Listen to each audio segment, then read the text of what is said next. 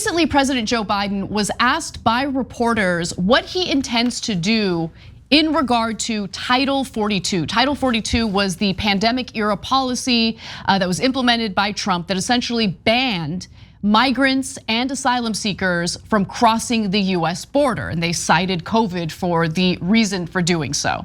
Now, what's concerning is how Biden answered the question, because it's very clear that he confused Title 42 with the whole mask mandate issue. Let's watch.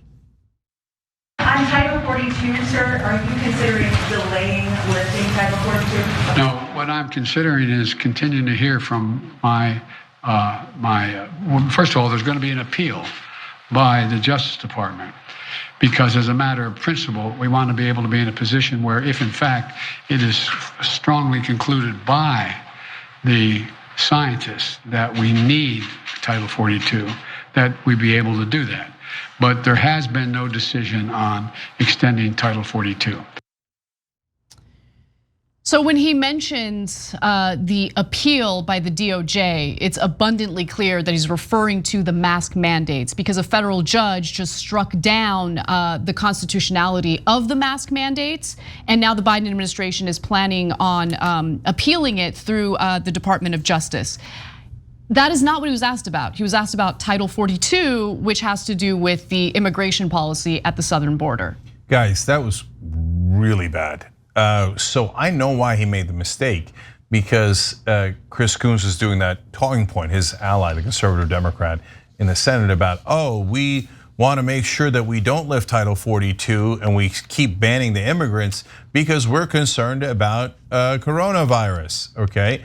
So the mask mandates on the planes, etc., is about coronavirus. But Title 42 and the mask mandates on the planes are completely different issues. They're not actually linked at all, okay?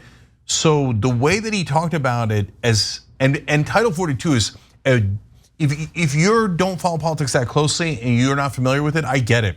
But within Washington and within the White House, that is a big, gigantic issue. That is not it's not like an obscure little thing.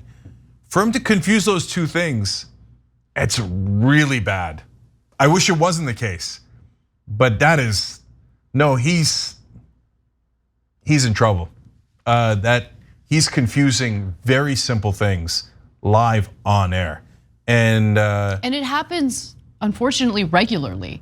He misspeaks. He doesn't know the names of members that of his cabinet that he appointed himself. Obviously, it's been a mess. And anyone who says that his mental health is totally fine and there isn't a decline there is lying. They're lying. And I don't understand, especially if you're a Democrat in a position of power, why would you keep lying about that, knowing that it puts the country at a major disadvantage and it puts your party at a major disadvantage? Why are you doing it? Yeah, so guys, look, I know why they did it during the election. When we said Biden had mental health issues during the election, everyone I know in Democratic politics and establishment media, like, come on, I thought you guys were objective and neutral. No, media yelled at us more than anyone else did, right?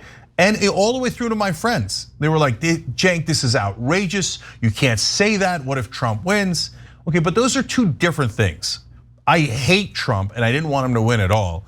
But at the same time, we do a news show where we have to be honest with the audience. We're not like the right-wing media. We're not gonna lie to you for our own benefit. We're not like mainstream media, okay?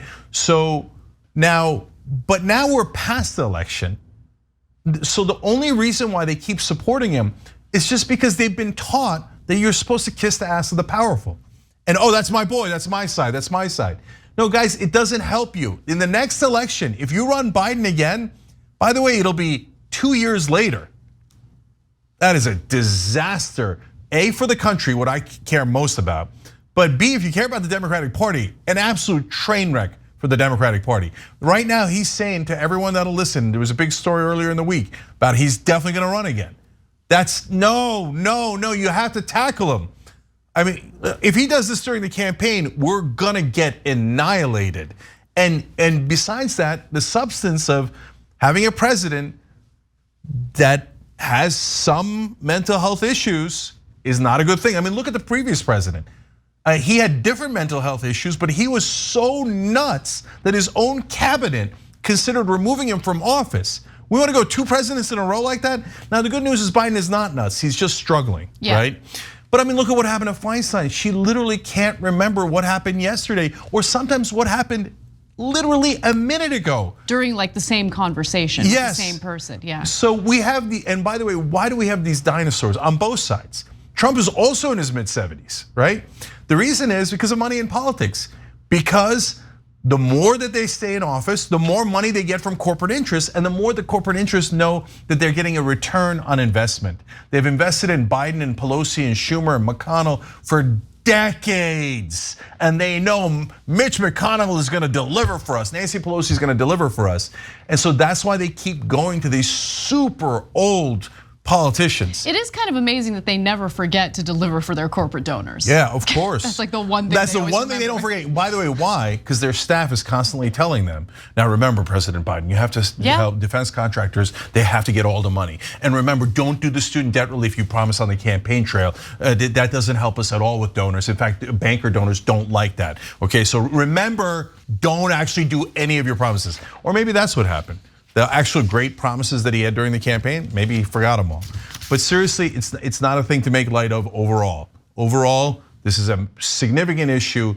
You will have everyone in the establishment yell at us, but you can see it in that clip, you can see it in the previous clips, and you'll be able to see it going forward.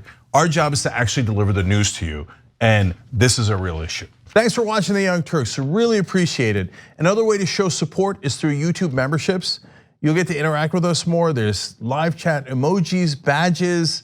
You've got emojis of me, Anna, John, JR. So those are super fun. But you also get playback of our exclusive member-only shows and specials right after they air.